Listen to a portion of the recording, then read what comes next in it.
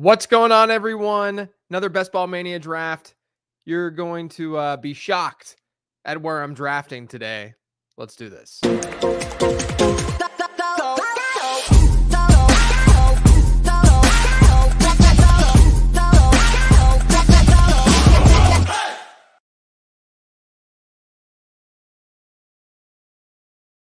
I got the 102.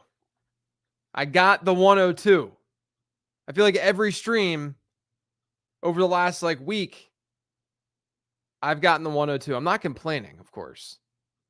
I'm going to go CD Lamb with this pick. I'm obviously not complaining. It's not a bad spot to be in. I got to shift my stuff over here real quick. Yeah, we're starting with CD Lamb. Let's see what happens here. Oh, Bijan Robinson, the 104. It's a little spicy. Hope everyone's doing well today. Hope everyone's been drafting. A lot of season-long drafts going on. What's up, Cole? Good to see you. A lot of season-long drafts going on. I'm doing one tonight with my patrons where I'm going to walk through. It's I'm going to just walk through and just draft and talk through my logic behind it. But it's season-long, not best ball. A little bit different than this. JJ, your fellow JJ McCarthy is out for the year. I know. I want to pour some out for my fellow JJ. It's sad. I was at 5% McCarthy in BBM. So that kind of sucks. But all of my McCarthy teams had 3 quarterbacks. Crushing the eyeglasses. Thank you. Does this put Darnold in the Geno Baker range? Yes, I think it does. Because we now know that he's going to be playing all year. It's a favorable offense, favorable situation. By the way, the intro music for Becoming a Best Ball Bro reminds me of Breaking Bad. Breaking Bad is way more mysterious. I feel like.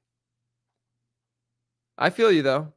The music itself, so like the voiceover and stuff, that was obviously me, and I wrote the intro and stuff.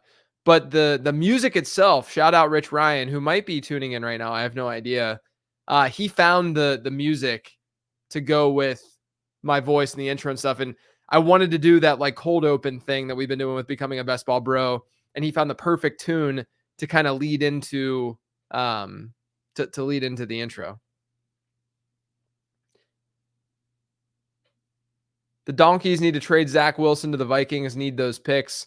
I think they're going to be fine with Sam Darnold. I mean, I don't think that, I definitely don't think Zach Wilson's better. Although you could just be messing with me here.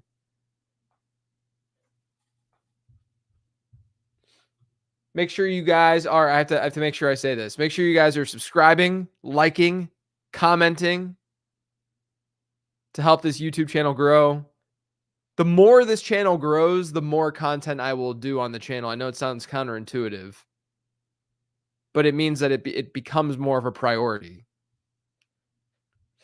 I have other platforms, fortunately. I'm very lucky to, have the podcast and such to be sort of the main source for my takes and for people to listen. Just trying to build the YouTube thing up a little bit.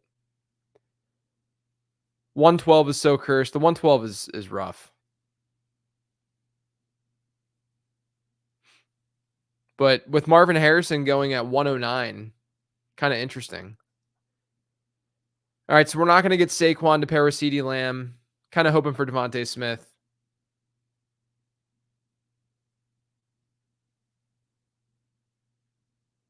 What percentage of Darnold's failures were due to the terrible situations he was in his whole career versus him just being bad? I mean, I don't think he's very good.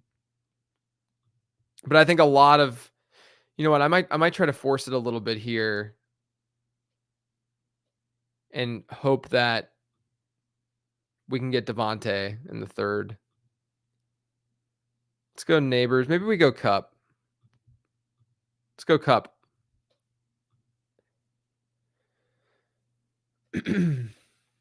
Yeah, CD Devontae Neighbors. I feel like there's a lot of people that have CD Devontae Neighbors. I'm just trying to change it up a little bit, get a different combination. I think I did a CD Devontae Neighbors on this stream the last time that we drafted.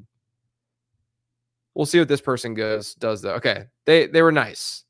They kept Devontae Smith there for me.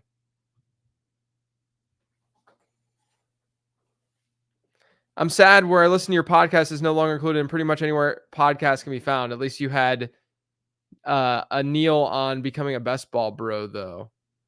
Don't I say pretty much?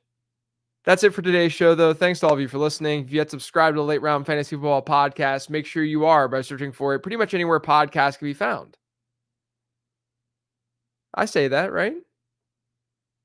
You like that I was just going through the intro? I actually was at the Fantasy Football Expo the other day, and people were like, it's so weird that they'd come up to me. It's like, it's so weird that I can see you talking, because I guess they don't see me visually on any videos and stuff. They just listen to the podcast.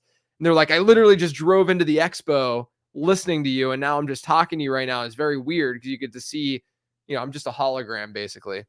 And so in real life, I would just randomly bust out the intro. What's up, everyone? It's JJ Zacharyson, and this episode 898 of the Late Round Fantasy Football Podcast, sponsored by Underdog Fantasy. Thanks for tuning in. I'll just do that IRL. The number 3 took Hill and Achane in this draft. Would it be too crazy to do that in season long too? I don't think so. People ask that question all the time about, being overweight on a certain offense. I think 2 is fine. You're not gonna. I mean, it's 2 from the same offense, but it's a good offense. What a pro! Yeah, I mean, I've said it almost 900 times now. It's not hard to just do off the top of my head. We got an RB spot out of the 7 hole. I have no Cup and Lamb teams. Yeah, I want to try to differentiate a little bit. It's no longer push my feed on a defunct. Oh, I got you. What feed is that, if you don't mind me asking? What app? That's also, though, why I say pretty much anywhere podcasts can be found. Pretty much. Not definitively, but pretty much.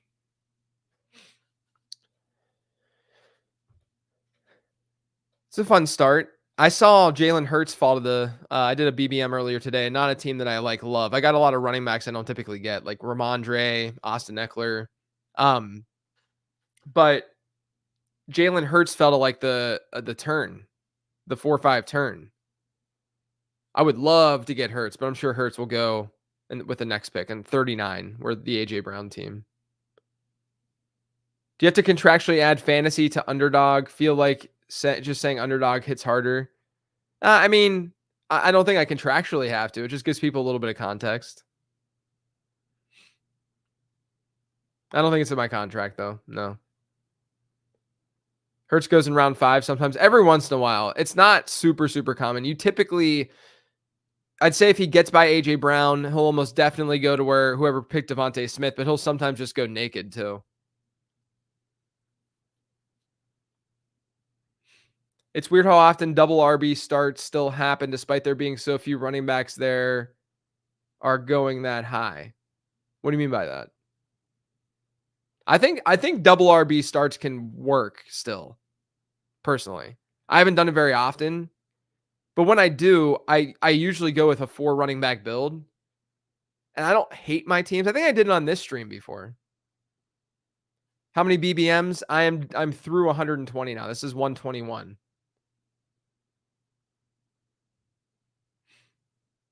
There goes Josh Allen. No correlation there. Just kind of fell in the draft. Didn't go to the Garrett Wilson team right here. This is always a weird spot, this 4-5 turn. You can just go in a lot of different directions. I might go kind of hoping we get Trey McBride here. That would be phenomenal with Cooper Kupp. Yeah, baby. That's what we needed.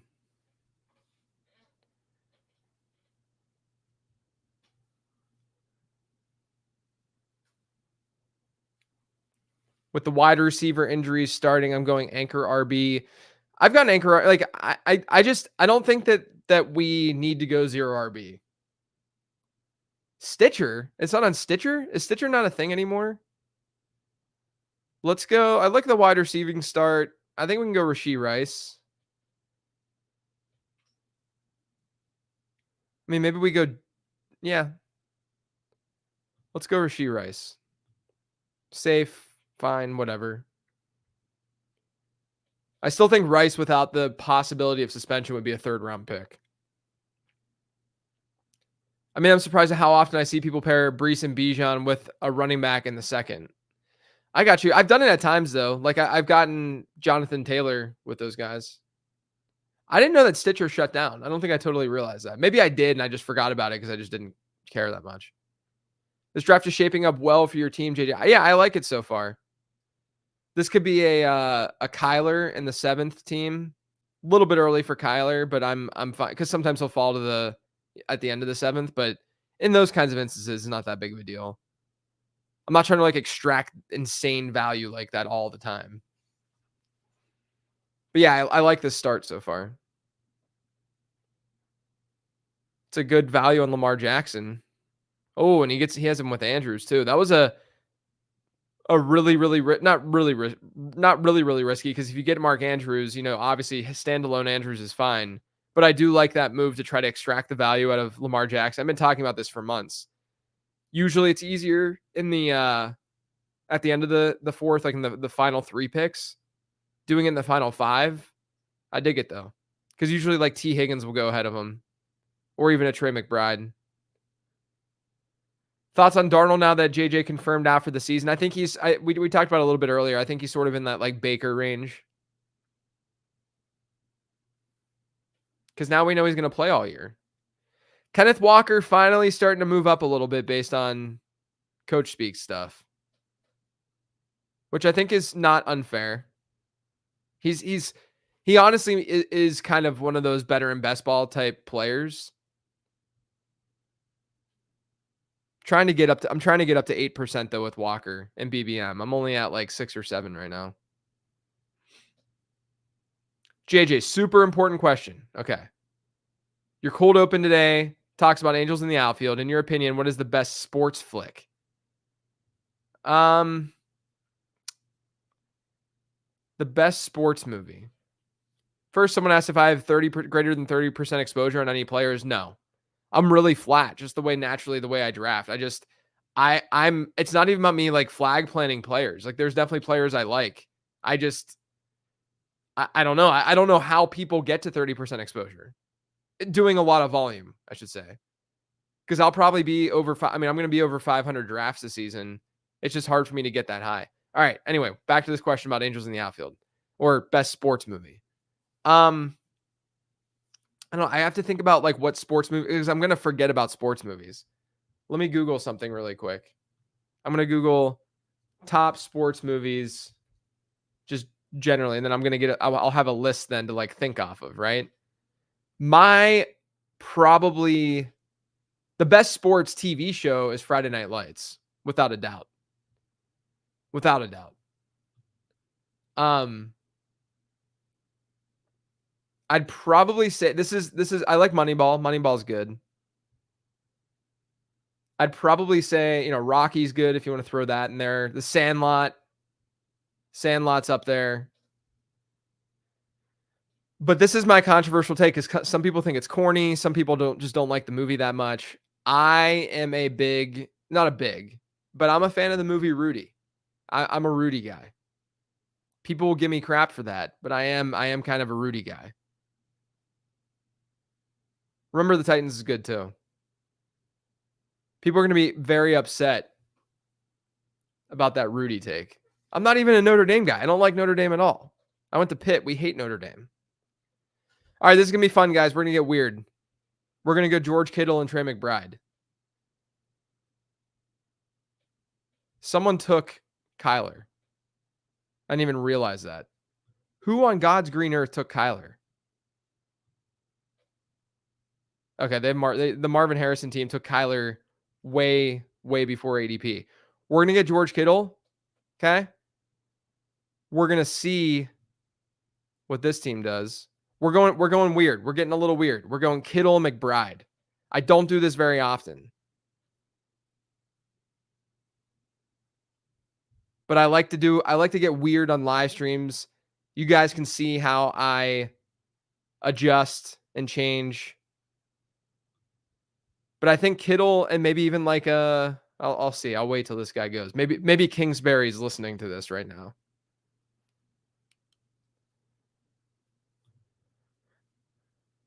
Okay, I think we go David Montgomery now.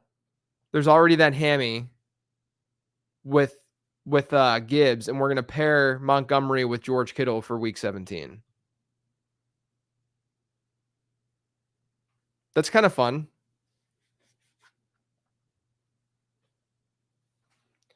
Now we can think about like a Dak Stafford look at quarterback, maybe. It'll be interesting to see though what happens with this team given what I did at tight end. But Kittle, that was a value on Kittle. I didn't want to really pass it up just because I had McBride. I think that you can still get away with this kind of build.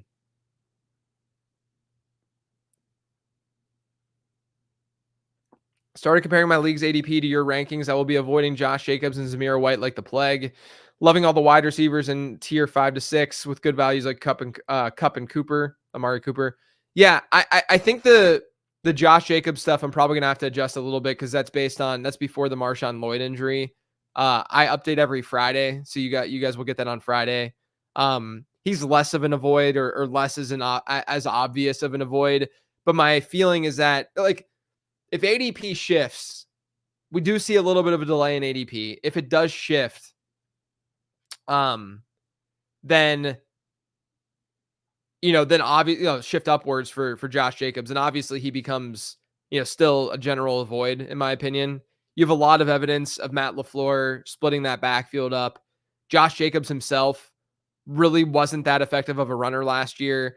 There's a lot of noise to running back numbers, but when you get into your career a little bit, he is on the younger side, just as he was as a prospect. But when you get into your career a little bit and you start to show some inefficiency, it is a little bit scary. And Jacobs, at the end of the day, he's only had that one like monster season. He's usually been more of an RB2. So I don't mind Jacobs as much because of the Marshawn Lloyd injury. Because I think personally, I think Marshawn Lloyd was a really big threat to, and still is to a decent degree, to steal some receiving work and just be a really strong change of pace back, because that's literally what he profiled to be coming out, in my opinion. Like, I never thought that Marshawn Lloyd was going to be a bell cow per se. He can step in, be a bell cow in an individual game, but I never thought that Lloyd really profiled to be like, a 300 touch running back.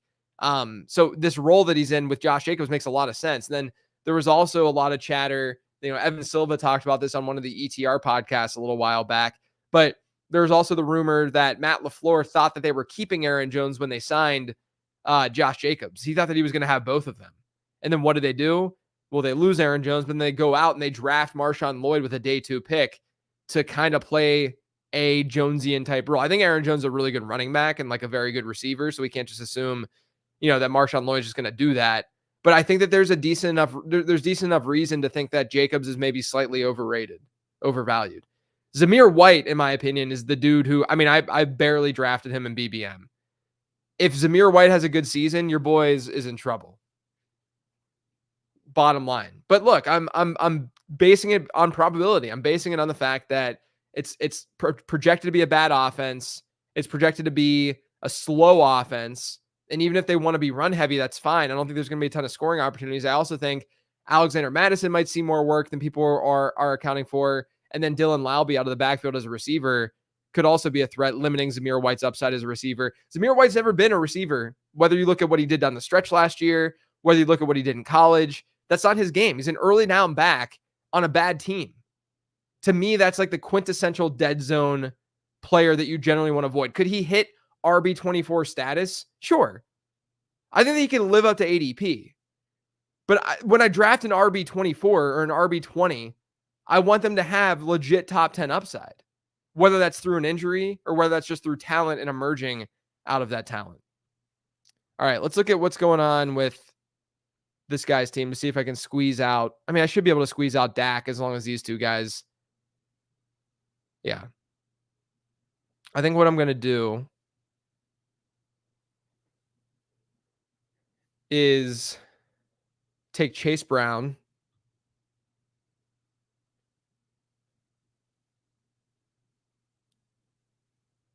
Just thinking through this. I don't want to take Brooks because there's a little bit of instability and I didn't go heavy running back early. So we'll go Chase Brown and then hopefully get Dak on the way back.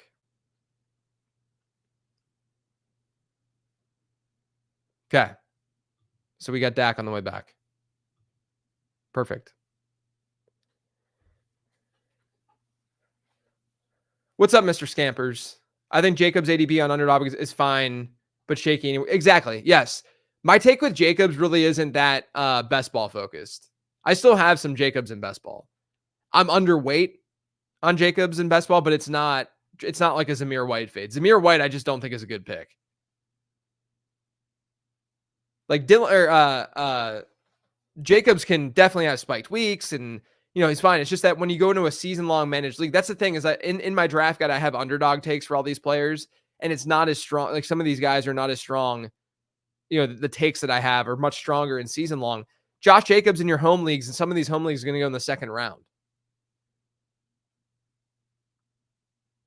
Do you ever revisit the episodes where you break down the things you got wrong the previous season and apply it to your player evaluations? You mean looking back at the episode I do on the things I got wrong? I usually I like either have it in my head or write it down, like what kind of things I didn't do right. Do you think Caleb Williams is being drafted near his floor? Feels like we aren't remembering rushing potential and how good his receivers are. I don't know about floor, but I think he's a decent enough pick. You just got to remember, rookie quarterbacks, we've had very good prospects. Maybe not Caleb Williams-esque, but we've had very, very good prospects in the past. They haven't had the same kind of environment as Williams, which is why Williams is being drafted as basically a QB1, low-end QB1. I'm fine with where he goes. It's just where are we going to push him? Are we going to push him above Jordan Love? I think that would be silly. After what we saw last year, Jordan Love also opens the season off really strong. So in a season-long environment, he's a really easy click. You don't want to go that direction necessarily to draft him over a guy like Love. Are you going to draft him over, Purdy? Sure, but he does in best ball go ahead of Purdy. You're going to draft him over Dak? You can make an argument. I don't think I would, but I understand going that direction. I just wouldn't get him. Like, there's just not that much room for him to go. So is he being drafted near his floor? Not necessarily, because what matters is the competition around him too. Right? Like what the competition looks like at quarterback.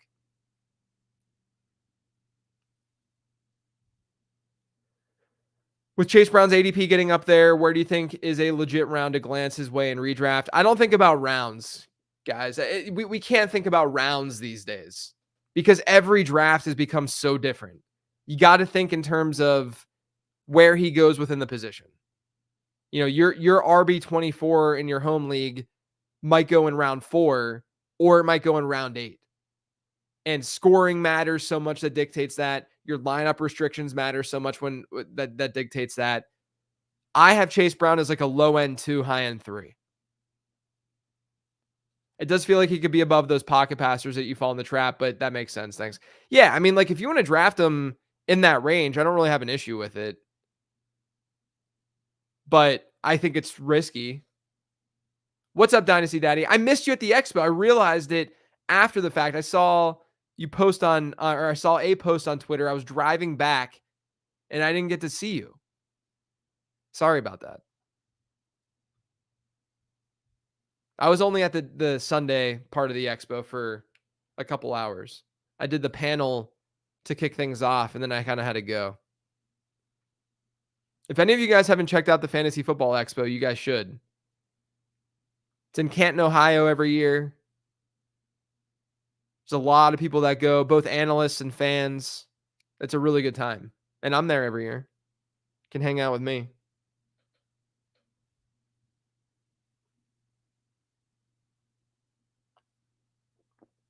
All right. So we still don't have Purdy off the board. I have Kittle.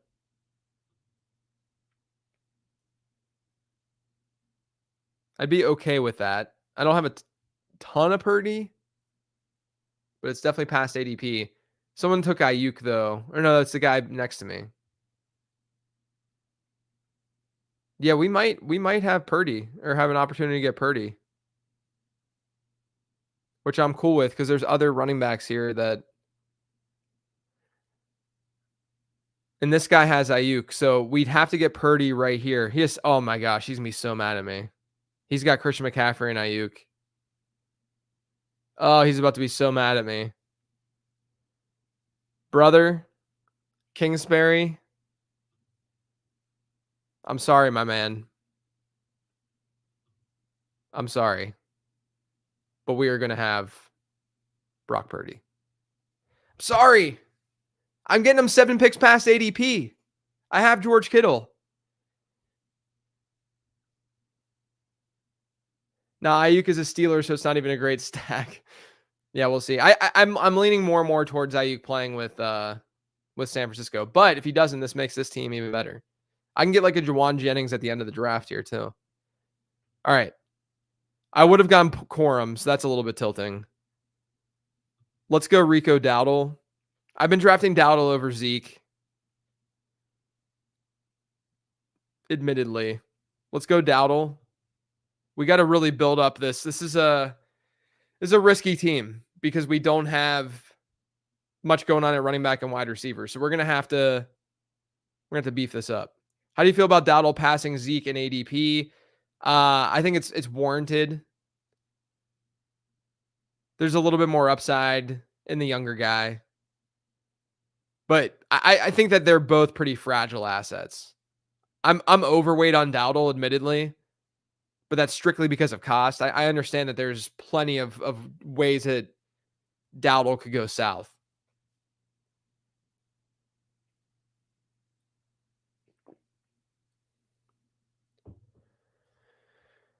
This team is interesting. It's definitely I feel like it's a pretty unique build because of the Kittle pick. Does this person have, okay, this person had Christian Kirk, so that's okay. They're okay. They're not that mad at me. But I have a feeling they would have gotten Purdy over Lawrence, and I would have not gotten Purdy. I would love to get Corum though in this build.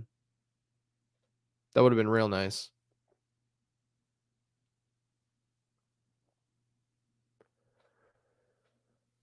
Is that a naked Tua? That's a naked Tua. Which is bizarre because it's not like it's like a crazy value. People are weird, man.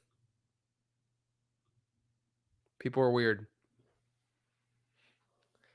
It's always nice when the pocket passers kind of go right after you pick, like a guy like Purdy.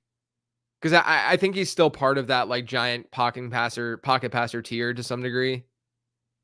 You always want to not get that player at a significant undervalue because you're devaluing it if these other pocket passers go, a couple rounds later. I've Dowdle more than any other running back thus far in Meatball, in case anyone was wondering what a random guy thinks about him. You're a Meatball? Oh, by Meatball you meant best ball. Okay. We should start calling these meatball drafts. That's hilarious.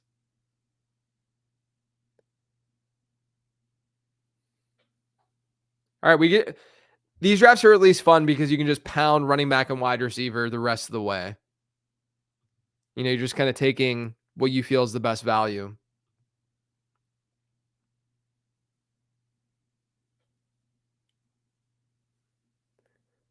Swedish #1 overall. Oh my gosh. What are your guys' favorite sports movies? You think Rudy, are you guys Rudy haters? There's a lot of Rudy haters. There's also The Blind Side. Miracle's pretty good. Blind Side. What was that one recent Adam Sandler one where he was like a scout?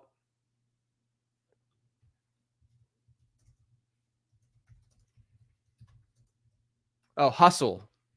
That was pretty decent. I like that. That was probably one of the most recent. Major League's good. Yeah. Yeah. Miracle's good. All right, here we go. We're almost on the clock. Kind of taking a slight BPA approach.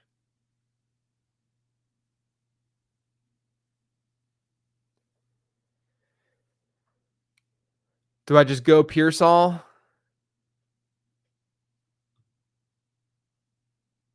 I think we just go Pearsall. He's got the out with the injury, or with the trade. We'll go Pearsall and then pick a running back. Sandlot's a great pick. Sandlot is so good, man. So quotable. It's just such a solid movie. All right, I'm going to go Jaleel McLaughlin because I do all the time. I like getting the floor stability. You get a Chase Brown correlation. I like going with the floor stability, though, in an environment where my running backs are a little bit unstable. We'll go Jaleel.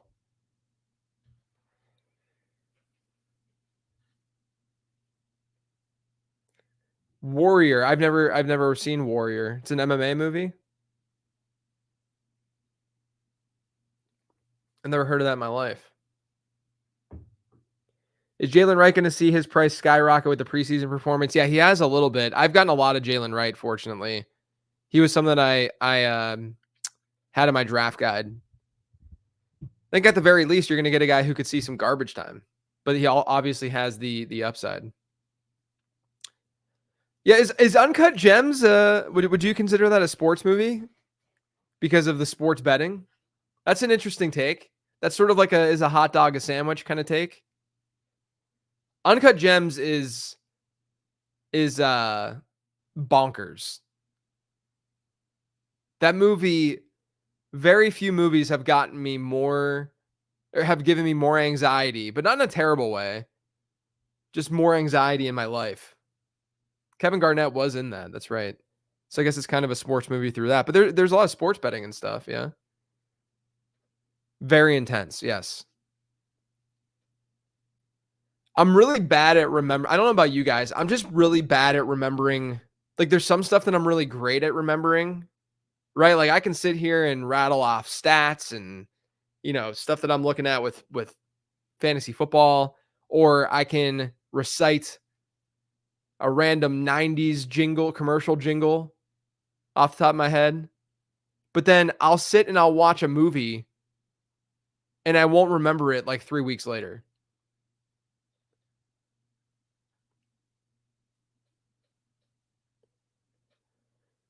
Slapshot. Yep. It's an oldie. I guess the category of sports movie can often be too broad. Because like you could say like, is Blades of Glory a sports movie? Which I don't like that movie, but just wondering. There's a lot of that kind of stuff out there. Dodgeball, is Dodgeball a sports movie? Right? Like I wouldn't consider Dodgeball a sports movie. Maybe others would though.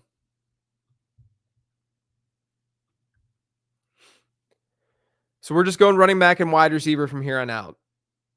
Probably a 2-6-8-2 build is my guess. This might be a little Johnny Wilson build.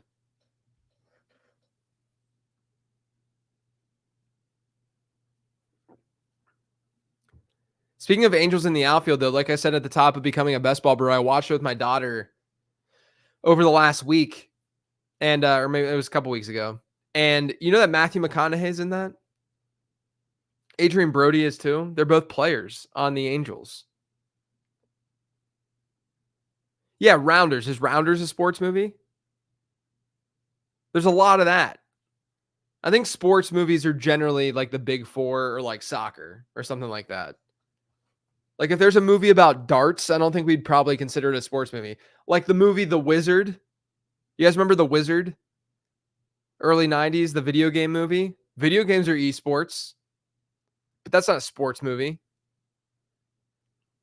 The Wizard was fantastic, man. That is nostalgia city for me. Super Mario 3. Woo. Oh, Little Giants. Yeah, I forgot about Little Giants. So this is one of those instances where I will take a chance on Marshawn Lloyd if he falls here. I know he's had that injury, but it doesn't seem like overly serious. It's pretty good value on a team that kind of needs bodies. And then on the way back, we'll get a wideout, hopefully. Not a lot of like fantastic options left. Would really like to get Greg Dortch. Maybe I'll reach for him. 17 picks above ADP. I still think DeMarcus Rob, like I don't want to. The Whittington stuff is slightly concerning. Slightly. We need to get some. I could get Burton, but again, the Yoshivas stuff is a little concerning. I kind of want to play a safer floor. I'm gonna get Dortch. People are gonna torch me for the Dortch pick. Torch for Dortch. But I don't think he'd make it back to me in the next pick, and he's a really good fit for this build, and all the wide receivers are kind of flat here anyway. Yeah, Talladega Nights.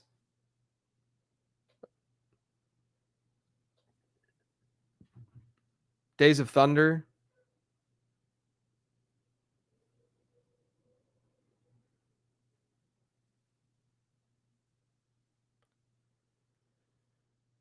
The Wizard movie always gave me goosebumps in the ending where he wins the tournament on Mario 3. I know, man.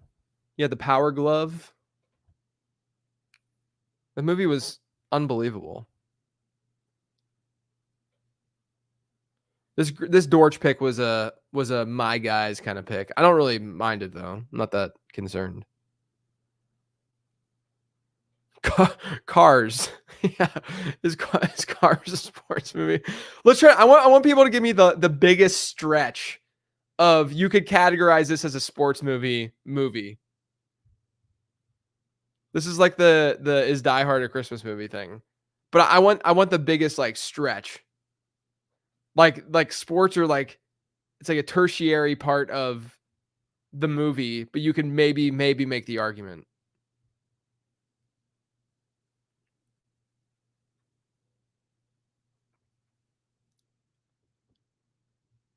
The Big Lebowski, Bowling, that's good. The Replacements just straight up. I hope that's just a random. The Replacements is a sports movie, but The Replacements is a great sports movie. That's a good call out. Harry Potter, a sports movie because of Quidditch. That's something. Old School. What part of Old School? I haven't seen Old School in so long. Again, I'm really bad at remembering movies. The Big Lebowski with Bowling.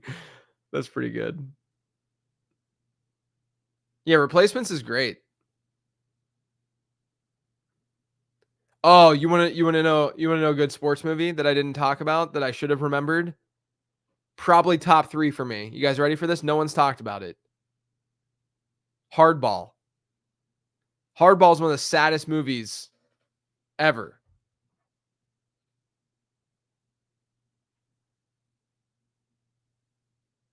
I almost said Moneyball.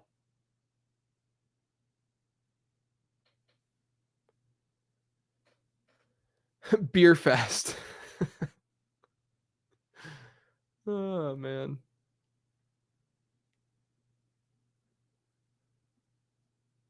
Brewster Million. I don't know anything about Brewster Millions. We go into the ship. I love it when you call me Big Papa. God, that movie is so good. So sad though. Pour some out for G Baby, man. That's the saddest part of any movie ever. All right, let's look at see if we can find a falling value. We're gonna get another running back.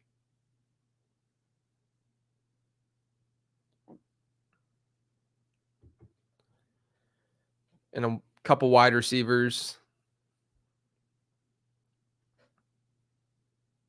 Fever pitch. Oh man. Some of these are great. How you guys feeling about this out of 10 so far? We'll see how this closes, but it's just going to be running backs and wide receivers. We're looking at Purdy and Dak, Montgomery, Chase Brown, Rico, Jaleel, Marshawn Lloyd, CeeDee Lamb, Cooper Kupp, Devontae Smith, Rashee Rice, Ricky Pearsall, Greg Dortch, and then McBride and George Kittle. I kind of like it. It's kind of fun. Anyone who had a name that started with G was called G Baby after that movie came out. That's funny. Rest in peace, G Baby, though, man.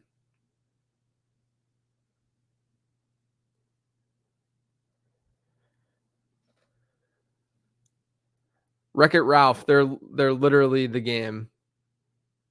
9 out of 10. We're getting a 9 out of 10 for this. We'll see how it finishes. I'm hoping 18th round we can get Johnny Wilson.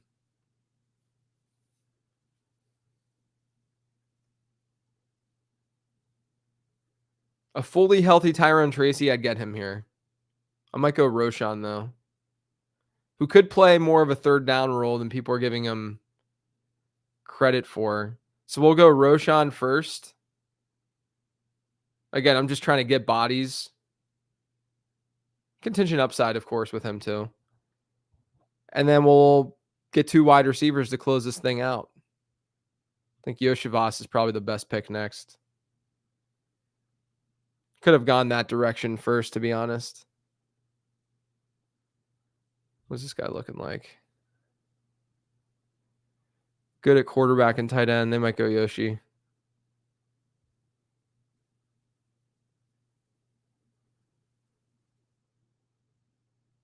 Okay, we'll go Andre Yoshivas.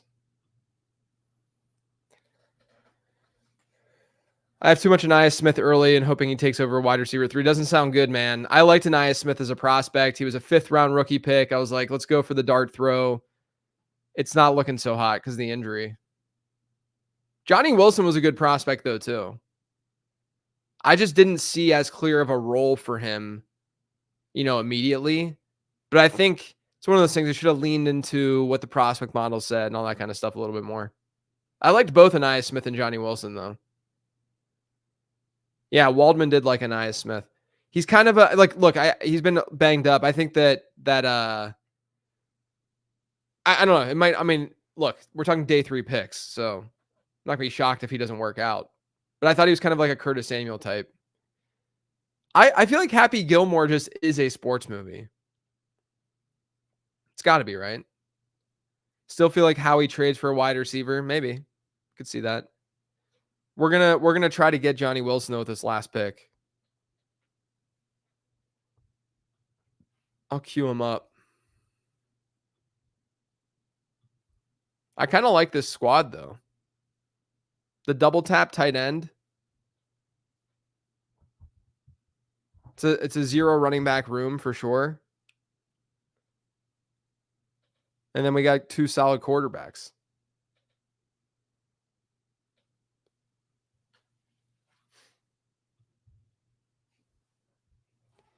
Yeah, most definitely Happy Gilmore. Yeah, I agree. It's got to be a sports movie. Hey, JJ, do you think there is much value in your best ball podcast series for those only playing season long? Yeah, 100%.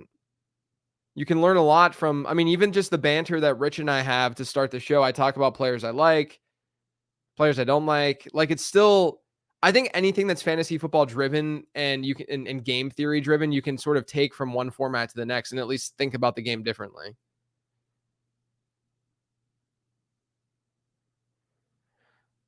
Sam Darnold going, honestly, it was a pretty good value on Darnold.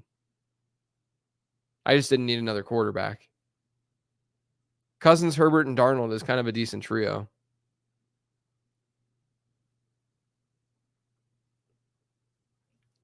Doing a draft tonight, an FFPC draft that for patrons, you guys can become a patron. The $10 tier, the insider tier will be able to join that live stream. And it'll be available too for after the fact. But they're deeper starting lineups. I'm hoping that I can get like a Sam Darnold super late.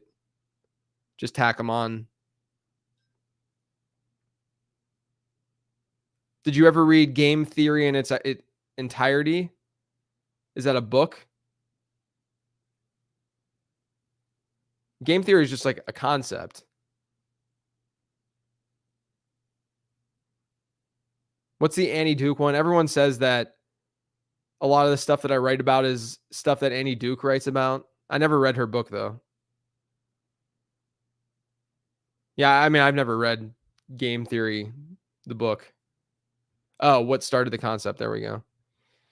I didn't know that. I just know what the concept is.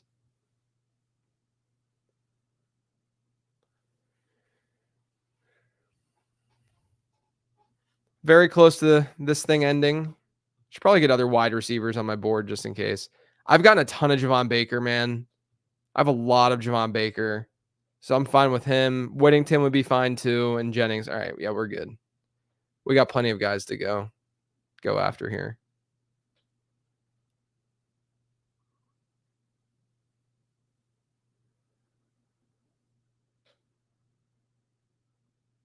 I really don't mind this team, especially with these two tight ends. Like, I wouldn't be shocked if they hit a flex at some point this season.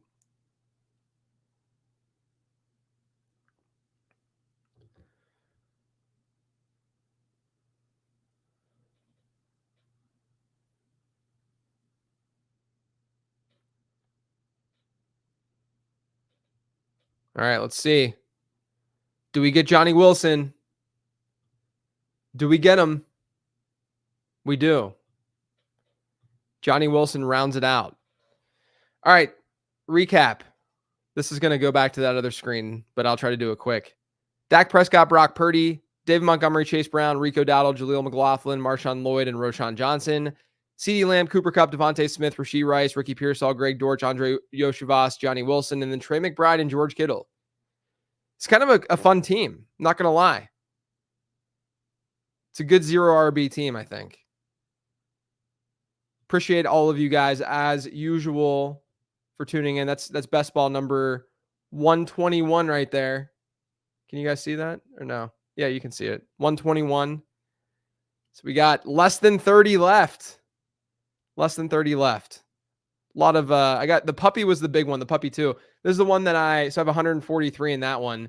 That was the one that I had all those slows. And thank God that I am not doing that again, because that was rough having like 100 plus 130 slows or something like that I wake up to every day. It's just ridiculous. But I appreciate all of you guys and making sure I'm caught up on all the. Yeah, someone said 8. I think it's an 8 out of 10 team. Chris, what's going on? Yeah, you are a little late, but you can rewatch if you want to. But yeah, that was a good time, everyone. I got to get going working on some of this other stuff. We got mailbag episode this week in the late round podcast feed. I got some shows tomorrow. I got to update the draft guide, all that good stuff.